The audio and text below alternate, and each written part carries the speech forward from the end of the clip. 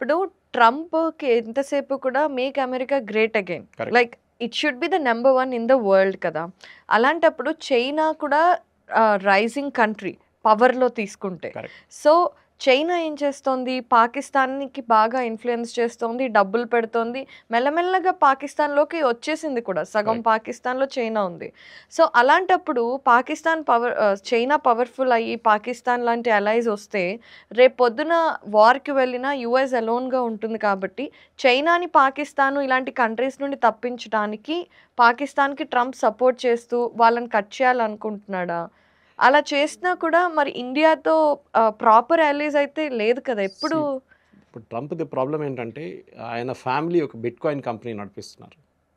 అవును. వాళ్ళు మొన్ననే ఏప్రిల్ 20 పహల్గామ్ అటాక్ జరిగాక ఐ థింక్ వారం ముందు ఎళ్లి వాళ్ళ 60% స్టేక్ ఉంది ట్రంప్ ఫ్యామిలీకి దాంట్లో. రైట్. స్టీవ్ విట్కాఫ్ అని చెప్పి దే ఆర్ వన్ ఆఫ్ వాళ్ళ ద అల్లుడు. వాళ్ళొక he is now CEO of that company అన్నమాట అక్కడెళ్ళి. సో వాళ్ళేం చేస్తున్నారంటే ఆ పాకిస్తానీ గవర్నమెంట్‌తోని అగ్రీమెంట్ సైన్ చేసుకున్నారు బిట్‌కాయిన్ కంపెనీ కోసం.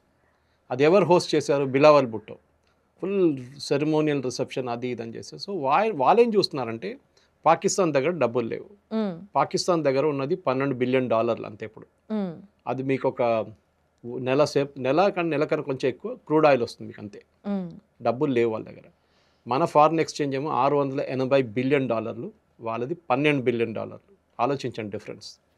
మనకు ఐఎంఎఫ్ దగ్గర వెళ్ళక్కర్లేదు. వాళ్ళు అవును. ఐఎంఎఫ్ దగ్గర అడుక్కొని తింటున్నారు.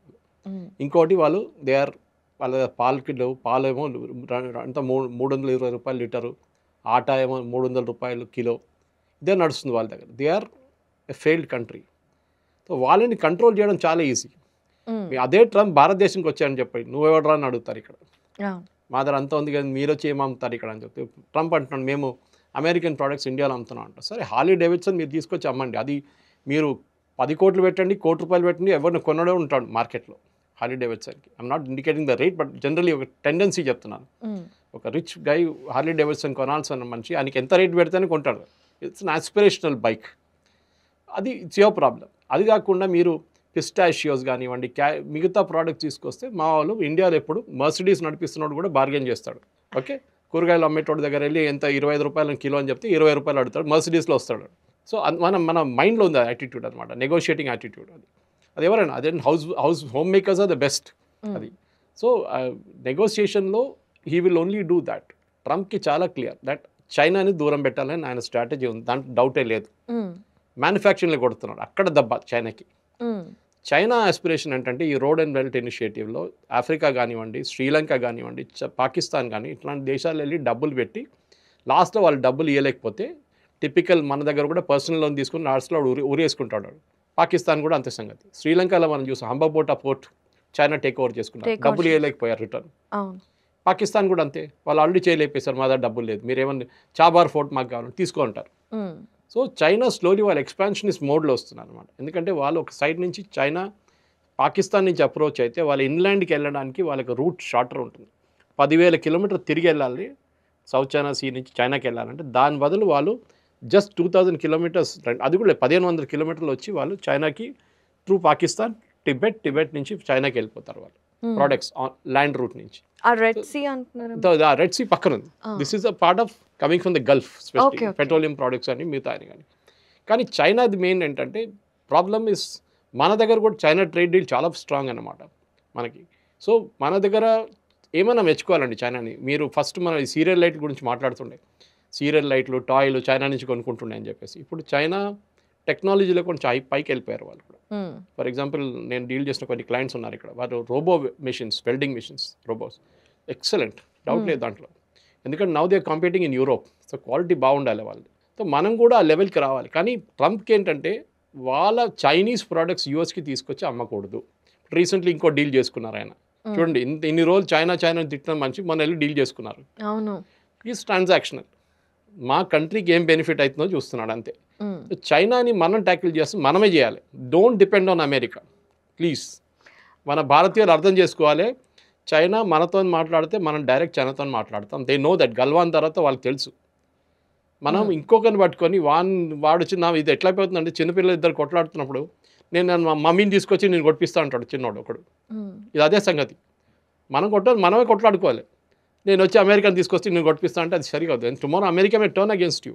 It is already turning. 71 వార్లో ఇప్పుడు కాదు, 71 war for those who know, 71 Bangladesh వార్లో మనం లిబరేట్ చేసినప్పుడు ఈస్ట్ పాకిస్తాన్ని 7th ఫ్లీట్ పంపించారు నిక్సన్. 7th ఫ్లీట్ వాళ్ళ మొత్తం ఎయిర్క్రాఫ్ట్ క్యారియర్తో సహా 6 డెస్ట్రాయ్స్ పంపించారు. లక్కీలీ మన రష్యన్ సబ్మెరీన్స్ వాళ్ళకన్నా ముందున్నారు దాంట్లో డక్కా దగ్గర. So they had to go back. ఇందిరాగాంధీని చాలా ధమ్కి ఇచ్చారు అప్పుడు వాళ్ళు. సో అమెరికన్స్కి ఇప్పుడు కాదు, కొత్తది కాదు. మనం న్యూక్లియర్ టెస్టింగ్ చేయడానికి ట్రై చేస్తే మన్మోహన్ సింగ్ టైంలో, దానికి నరసింహరావు టైంలో వాళ్ళు ఆపడానికి ట్రై చేశారు కూడా. వాజ్పేయి వచ్చినప్పుడు చేసి చూపించారు. రాత్రిపూట మనం సీక్రెట్గా చేసుకొని అన్ని బ్లాస్ట్ చేసిన తర్వాత వాళ్ళకి తెలిసింది that was measurable failure for CIA. Okay. కానీ అమెరికాకు ఒకటే సెల్ఫిష్ ఇంట్రెస్ట్ ఏంటంటే, one as a manufacturing destination వాళ్ళు ఎప్పటి నుంచో దే స్లైడింగ్. స్టీల్ ఫ్యాక్టరీలు బంద్ అయిపోతున్నాయి, కార్ యూనిట్స్ బంద్ అయిపోతున్నాయి. మీరు ఏదని చూడండి, ఎనీ ట్రెడిషన్ అమెరికాలో if you go to the interior, once upon a time great manufacturing cities and towns మొత్తం అన్నీ ధ్వంసం అయిపోతున్నాయి, వెళ్ళిపోతున్నాయి. ఎక్కడ లేదు వాళ్ళ సీన్ లేదు వాళ్ళకి ఇప్పుడు. సో అది రీగెయిన్ చేయడానికి ట్రై చేస్తున్నాం మనం. Let us not depend on America. వాళ్ళు వస్తే మంచిది, లేకుండా మనకు ప్రాబ్లం లేదు. One thing is for certain, అమెరికాకి తెలుసు, అమెరికన్ ప్రోడక్ట్స్కి తెలుసు. అది KFC ఉండొచ్చు, మెక్డొనాల్డ్స్ ఉండొచ్చు, కోకోకోలా ఉండొచ్చు, ఎవరైనా ఉండొచ్చు. ఇండియన్ మార్కెట్ని ఇగ్నోర్ చేయలేము. 140 కోట్ల మంది ఉన్న పాపులేషన్ మీకు ఎక్కడ దొరకదు. చైనా దొరుకుతుంది, ఇక్కడ దొరుకుతుంది. మా దగ్గర ఉన్న బయింగ్ పవర్, ఒక మొబైల్ ఫోన్ కంపెనీ ఇక్కడ ఎందుకు పెట్టుకుంటారని వాళ్ళకి మనతో పెద్ద ప్రేమం లేదు వాళ్ళకి. They want to cell the product. Samsung ఉండొచ్చు, చైనీస్ ప్రోడక్ట్స్ ఉండొచ్చు, మన OnePlus ఉండొచ్చు, ఓప్పో ఉండొచ్చు, ఎవరైనా ఈవెన్ ఐఫోన్ ఉండొచ్చు. వాళ్ళకి మార్కెట్లో అమ్మాలి. KFC మనకి ఇంత పెద్ద ప్రేమ అని చెప్పి రాలేదు ఇక్కడ. ఇన్ఫాక్ట్ వాళ్ళు వచ్చినప్పుడు ఏం చెప్పారు, KFC మేము అమెరికాలో ఇచ్చి అదే డిష్ ఇక్కడ ఇస్తామని చెప్పారు. We want change our menu అన్నారు. ఇప్పుడు పనీర్ది ఉంది వాళ్ళ దగ్గర, ఫ్రైడ్ రైస్ ఉంది, అన్నీ ఉన్నాయి KFCకి వెళ్తే. So they have changed.